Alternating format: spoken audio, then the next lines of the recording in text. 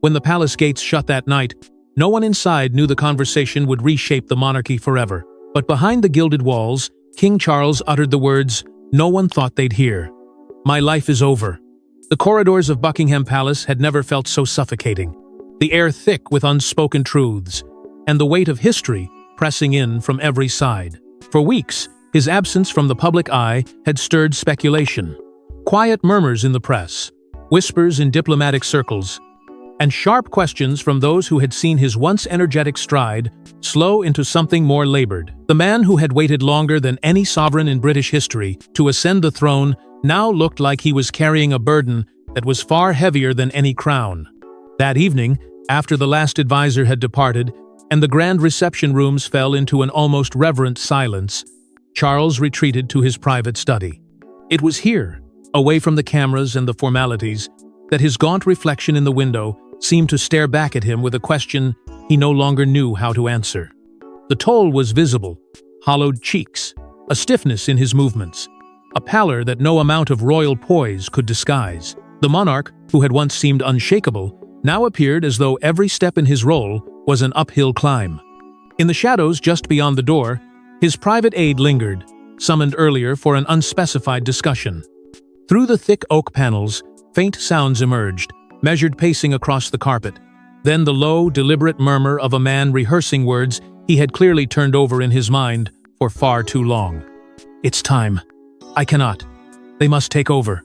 The aide froze, unsure if he should retreat or listen. But the tone was unmistakable. It was not the language of a ruler preparing for another day's duties. It was the voice of someone ready to let go. Beyond the study, palace insiders had already been speaking in careful, coded terms about something they called Operation Silent Shift. The phrase was never uttered in front of the public, never committed to writing outside of secure channels. But its meaning was clear: a carefully orchestrated transfer of real influence from the king to his son and daughter-in-law, managed without ceremony or public spectacle. To the outside world, Charles would still be king. Behind the scenes, William and Catherine would quietly step into the space he was leaving behind. On his desk, under the warm pool of lamplight, lay a sealed envelope, its crisp parchment untouched by the bustle of the day. The only markings were his own precise handwriting: to William. The weight of its contents was more than just ink and paper. It was the sum of a lifetime's expectations, triumphs, mistakes, and unspoken fears. And as Charles's gaze lingered on it, there was a flicker of something between resignation and relief. This was no ordinary evening in the palace. It was the first move in a game that had been building for months, perhaps years, yet one that no one outside this inner sanctum would see coming. The king was not merely tired, he was at a crossroads. The crown he had chased for a lifetime had become a chain, and with every passing day, the thought of passing it on grew less like defeat and more like salvation. But what could push a man who fought his whole life for the throne to step aside so soon? The answer lay buried in a year of silent battles and public smiles. The public only saw the official statements. What they didn't see were the early mornings in hospital corridors and the days Charles could barely stand through a meeting. It began, innocently enough, with the palace issuing a calm, almost dismissive announcement about a routine procedure for an enlarged prostate. For the public, it was the kind of news that seemed more precaution than crisis. But behind those polished press releases, a far more sobering reality was unfolding. During that routine treatment, tests revealed a far graver truth, a diagnosis whispered in private, carefully shielded from the ears of the nation. Cancer. The word itself became a ghost that haunted the palace halls, spoken only in hushed tones among a select few. It was a blow that came not in isolation, but in the shadow of another deeply personal crisis. Just as Charles was grappling with his own health battle, Catherine, the Princess of Wales, was facing her own devastating discovery. An operation, thought to be routine, had uncovered the silent presence of cancer. She chose her words carefully when she eventually addressed the public, but the impact was undeniable. The monarchy, already under strain, now faced a dual blow to two of its most visible and beloved figures. The combined weight of these revelations pulled a veil of vulnerability over a family accustomed to projecting strength. And yet, Charles refused to yield. Against the clear counsel of his doctors, he continued to push himself through state meetings, diplomatic gatherings, and endless stacks of government briefings. There were days when the journey from one room to another left him drained, when the effort of standing through an engagement made his legs tremble. Still, he pressed on. To him, stepping back meant more than rest. It meant weakness, and weakness was a luxury the crown could not afford. His determination to carry on became both a mark of his devotion and a source of growing concern within the palace walls. Tension began to simmer between two powerful forces, the medical team urging caution, and the royal advisors desperate to maintain the image of an unshakable monarch. Doctors saw a man whose body was being worn down by the relentless demands of kingship. Advisors saw a sovereign who could not afford to disappear from public view. Each side argued for the future they believed was right, neither willing to concede the ground. In the middle stood Charles, torn between duty and survival. Through it all, Camilla never left his side. She adjusted her schedule to match his treatment days, sat in on private consultations, and stood just beyond the cameras during his appearances. But beneath her steadfast loyalty, there was a flicker of something else, the faint, creeping awareness that this shifting reality might soon alter her own standing. If Charles stepped back, even partially, the balance of influence within the family would inevitably change, and Camilla was too seasoned to ignore the implications. What the public could not yet see was that these were not merely months of illness. They were months of quiet, intense conversations between Charles and William, moments when father and son spoke not as monarch and heir, but as men confronting the weight of a crown and the fragility of life. These talks, kept from public record, were slowly shaping the decision that would change the monarchy forever. But even illness alone wasn't enough to force a king's hand. The true turning point came from a storm brewing far beyond the hospital walls. They were supposed to be the future. Suddenly, they were the present, and the world noticed. What began as a quiet assumption that William and Catherine would one day inherit the throne transformed into an undeniable reality playing out in real time.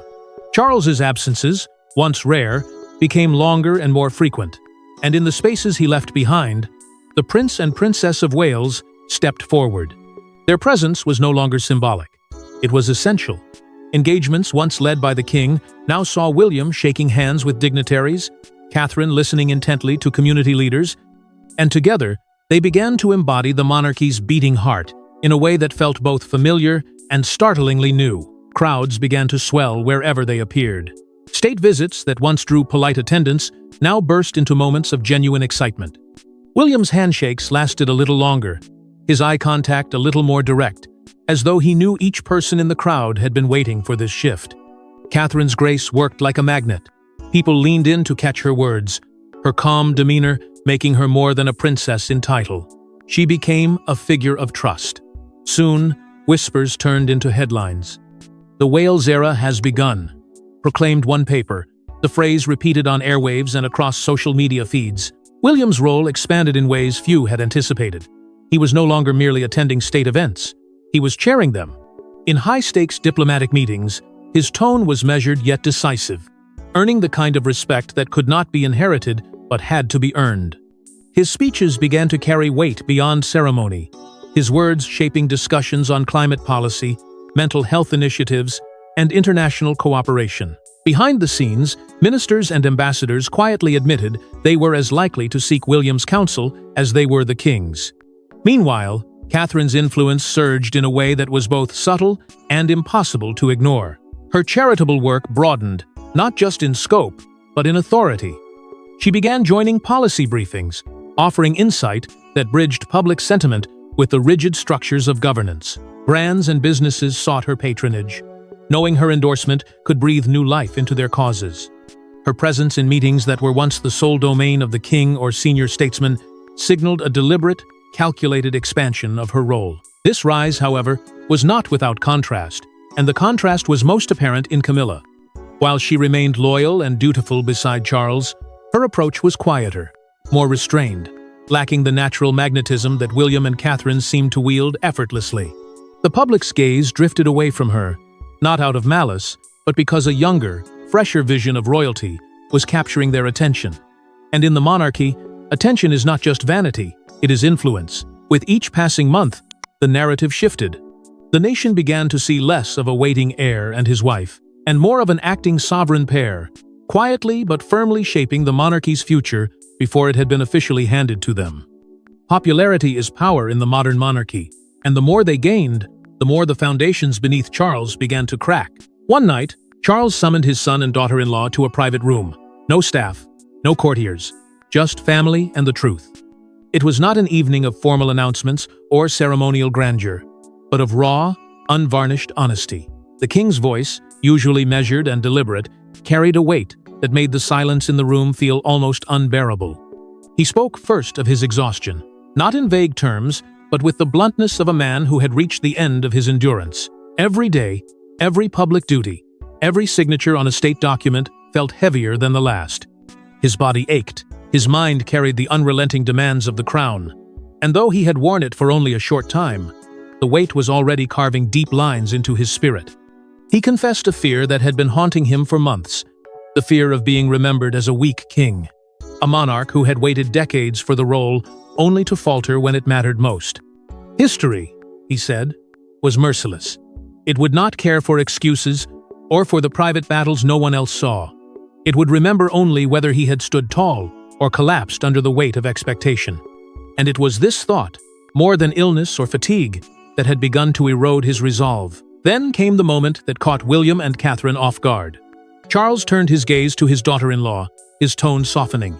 He spoke of her composure under pressure, of her quiet determination, and in a voice tinged with emotion, he admitted she reminded him of Diana, not in appearance, but in spirit.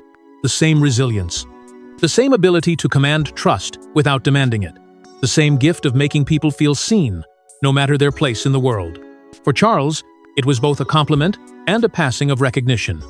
Camilla, seated nearby, listened in silence. Her expression revealed nothing, but her stillness spoke volumes. She knew the significance of what was being said, and perhaps more importantly, what it implied about the future.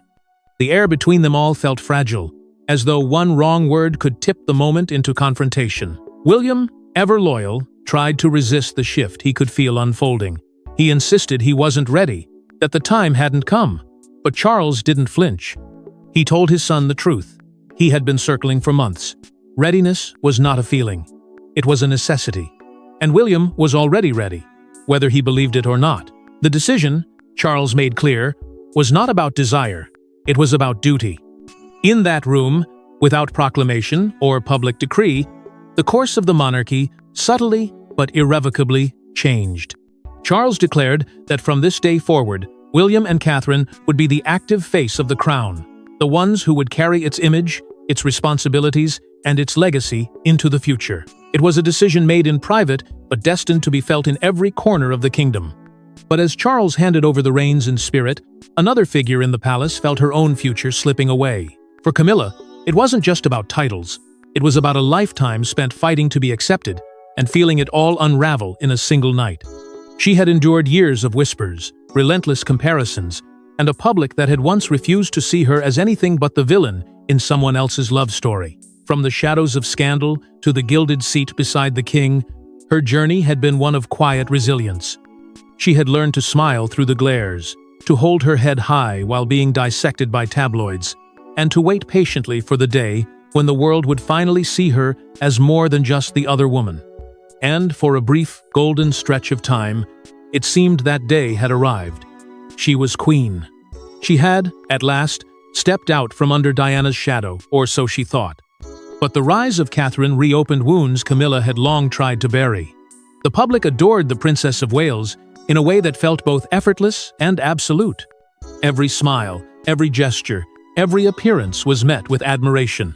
Catherine's grace didn't have to be defended. It was simply accepted. And as her influence grew, Camilla began to feel the familiar sting of being measured against someone who seemed untouchable. It wasn't that Catherine sought to overshadow her, it was that the people wanted her to. In the days following Charles's private declaration that William and Catherine would become the active face of the monarchy, Camilla made her move. Behind closed doors, away from the ears of courtiers, she urged her husband to reconsider. She reminded him of the battles they had fought together, the years of endurance it had taken to rebuild the monarchy's image after their controversial union. She spoke of unfinished work, of the dignity of holding one's place until the very end. But Charles, weary and resolute, would not be swayed. His mind was set, and his vision of the monarchy's future no longer centered on them as a pair. From that moment, the subtle shifts began to show. At public events, the once warm exchanges between Catherine and Camilla grew colder. They smiled when necessary, but it was the kind of smile that never touched the eyes. Their conversations, once cordial, became clipped. Their proximity during engagements carefully measured. Cameras might not have captured the full truth, but those close enough could sense the undercurrent of a tension unspoken, yet undeniable. Camilla began to notice it in other ways too. The crown she had waited so long to wear no longer felt like a symbol of power, but of ceremony. The invitations she received, the causes she championed, the attention she once commanded, all seemed to matter less as Catherine's role expanded. The public's gaze shifted, and with it, so did the palace's center of gravity. She understood, perhaps more clearly than anyone, what this meant. Influence in the monarchy was not secured by a title alone. It was earned through the hearts of the people. And hearts, once captured, are rarely returned. While Camilla wrestled with fading influence, the public was unknowingly preparing for a seismic royal shift. It started with murmurs in the crowd. By the time the first newspapers hinted at it, the world already sensed the monarchy was changing hands. It was subtle at first, an unexpected cheer for William when Charles entered the room, Catherine's name being whispered like a promise among those gathered along palace gates. Public events that were meant to center on the king gradually shifted in focus. Crowds leaned forward when William spoke, their applause echoing louder. Catherine's appearances brought a warmth and excitement that seemed to eclipse the formal presence of the monarch himself. The cameras, almost instinctively, lingered on them longer. On social media, the transformation was happening in real time. Clips of William's confident handshakes with world leaders and Catherine's heartfelt exchanges with the public were shared millions of times. Hashtags began appearing, royal handover, the Wales era, not created by palace insiders, but by ordinary people piecing together what they believed was unfolding. The palace, as always, maintained its silence. But silence can be louder than any confirmation. And in that absence of clarity, speculation thrived. Royal watchers, ever attuned to the choreography of power, began dissecting every gesture and seating arrangement. Why was William positioned more prominently during state ceremonies? Why did Catherine accompany him to meetings traditionally reserved for the sovereign? Even the smallest detail, the order of arrival, the tilt of a chair, became evidence in the court of public opinion that the crown's true weight was shifting. Questions about Charles's health grew more insistent. The official line remained unchanged. The king was well enough to fulfill his duties, yet the contrast was impossible to ignore.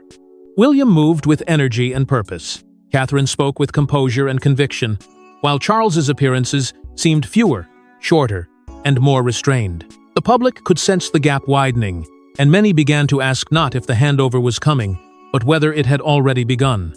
Among supporters of the monarchy's evolution, this shift was celebrated as the smartest move the institution had made in decades. Younger, modern, and undeniably popular, William and Catherine embodied the image of a monarchy capable of surviving in a changing world. They were viewed not just as heirs, but as leaders already in action, a living example of transition without turmoil. But not everyone welcomed the change.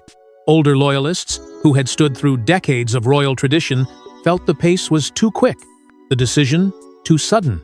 To them, Charles's reign was a chapter barely begun, and closing it prematurely felt like a dismissal of his lifelong service. They worried that in embracing the future so eagerly, the nation was abandoning its present. The whispers became a low hum, and the hum threatened to grow into a roar. The public's eyes had shifted, their loyalty bending toward the couple who had stepped into the light, without formally being crowned. And while it was a moment of triumph in the eyes of many, for William and Catherine, the moment to step forward came with a cost they couldn't ignore. In public, they were flawless. In private, they carried the weight of a kingdom and the fear of letting it down. William and Catherine had mastered the art of appearing calm, composed, and unshakable before the cameras. But beyond the gilded walls, reality was far less polished. Every handshake, every carefully measured word, every appearance at a state function came at a cost. They were no longer simply preparing for the throne, they were living as though it were already theirs. And all of this while raising 3 young children who still needed parents, not sovereigns. Balancing parenthood, with the demands of a suddenly heightened royal role, became an intricate dance. Mornings that once began with the quiet chaos of family life were now intertwined with briefings, speeches, and diplomatic preparations. William, ever mindful of his own childhood under a fractured royal household, worried constantly about whether duty would consume too much of their children's formative years. The thought lingered like a shadow, the fear of repeating his father's mistakes. For Catherine, the challenge was doubled. She was still in the process of recovering her strength after a health battle that had rattled the nation's confidence in the monarchy's stability. Yet, with her schedule expanding, there was no room for hesitation. She attended engagements, sat in on policy discussions, and lent her influence to causes that demanded her personal presence, all while quietly managing her own recovery. It was a test of endurance that no official title could prepare her for. Together, they made a pact to modernize the monarchy without dismantling the traditions that anchored it. They envisioned a crown that was not a relic of the past, but a bridge to the future. Yet the path to that vision was anything but smooth. Advisors urged them to move faster, to make sweeping changes while public goodwill was at its height. The press, sensing a new dynamic, hounded them for statements and appearances, while certain family members questioned whether their approach was too progressive, too willing to break from the old ways. The strain often followed them into the night. After the children were asleep, William and Catherine would retreat into quiet conversation, discussing the enormity of the task before them.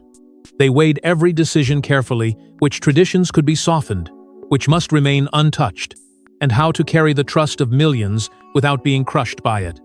These late-night talks were not about ambition, but about survival. They knew one wrong step could undo not only their progress, but the fragile unity holding the monarchy together. And yet, there was no turning back. The shift had begun, and with it came an unspoken truth. Hesitation could be fatal to their credibility. The people were watching. The family was watching. History itself was watching. Still, no hesitation was allowed because the king's final move was already in motion. There was no coronation, no televised farewell, just a signature, a nod, and the quiet passing of power. It happened without the pomp and spectacle the monarchy had been built upon for centuries.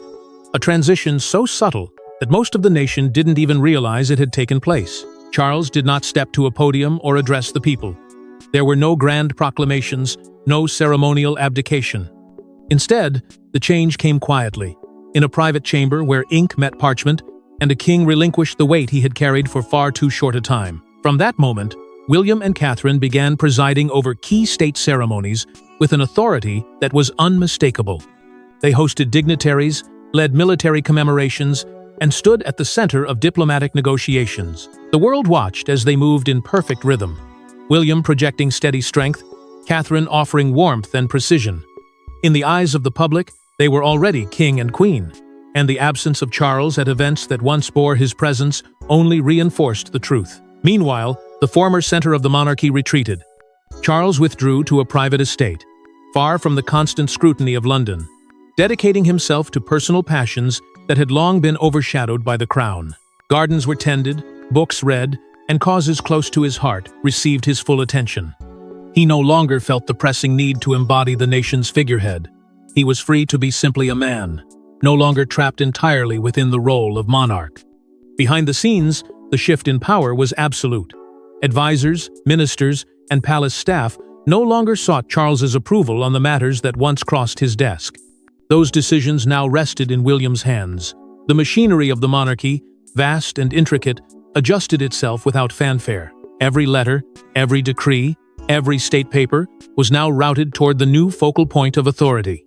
Catherine's role solidified in ways no Princess of Wales had experienced in over a century. Her first solo act of authority came swiftly and decisively, granting royal endorsement to a national initiative that championed children's mental health, a cause she had fought for relentlessly. It was not a symbolic gesture. It was a statement of intent. She was no longer simply supporting the monarchy. She was shaping it. The defining moment, however, came in a private exchange. Charles, seated across from his son, produced the royal signet ring, the same ring used to seal and validate state documents, the same ring that had been pressed into wax for generations. Without flourish or speech, he slid it across the table. William, understanding the enormity of what this meant, accepted it with both hands. It was not just an object. It was the quiet, undeniable confirmation that the crown's power had shifted. And with that, the Wales' reign began. But Charles's story was far from over. He may no longer be the face of the monarchy, but King Charles has not disappeared, and his next chapter may be the most surprising yet. With the formal duties now in William and Catherine's hands, Charles retreated from the relentless rhythm of public engagements into a quieter, more deliberate existence. Free from the daily demands of the state, he returned to the causes that had once defined him long before the crown: environmental stewardship, heritage preservation, and the fight to protect rural traditions. His voice, though no longer delivered from a gilded throne, still carried influence in global circles where these passions were championed. And in those moments, one could see a man rediscovering not only his purpose, but perhaps even himself. The change allowed for something else he had rarely been afforded during his decades as heir and brief years as king time. Days, once carved into rigid schedules, now unfolded at a gentler pace. Mornings in the garden, afternoons surrounded by books, and evenings filled with the laughter of grandchildren. Charles became a more present figure in their lives, offering the kind of steady presence he had long wished for during his own childhood. These small, unpublicized moments became the true currency of his new life, as precious to him as any jewel in the royal collection. Still, the monarchy was never entirely beyond his reach. On occasion, William sought his father's counsel not out of obligation, but respect. From behind the curtain, Charles remained a quiet architect, offering perspective drawn from decades of navigating public opinion, political sensitivities, and the enduring weight of royal duty. His advice was not always taken, but it was always valued, and in this new role, he could shape without shouldering. Public reaction to his absence from the spotlight was mixed. Some admired the dignity with which he stepped back, praising his humility and his willingness to put the institution above personal ambition. Others found themselves unsettled, wondering if his retreat hinted at frailties undisclosed, or if perhaps the monarchy was moving faster than it should. But in the absence of official explanation, speculation remained just that, and Charles seemed content to let the public wonder. Camilla, too, adapted to the new rhythm. Her role became less about public performance and more about providing stability for Charles in this quieter chapter. She moved with less visibility, speaking less, but remaining a constant presence beside him. It was an adjustment, and not without its silent struggles. But she seemed to understand that the center of gravity had shifted permanently to the Wales household. In the end, Charles's step back was more than a personal decision. It was the fulcrum upon which a new era balanced. His surrender of the day-to-day crown did not diminish him. It amplified the promise of those who followed. One man's graceful withdrawal became the foundation for another couple's defining rise, a transition not marked by spectacle, but by quiet inevitability. And so, the crown's weight shifted, not with noise, but with the quiet certainty that history had just turned a page. Thanks for watching. Don't forget to like and subscribe, and we will see you in the next one.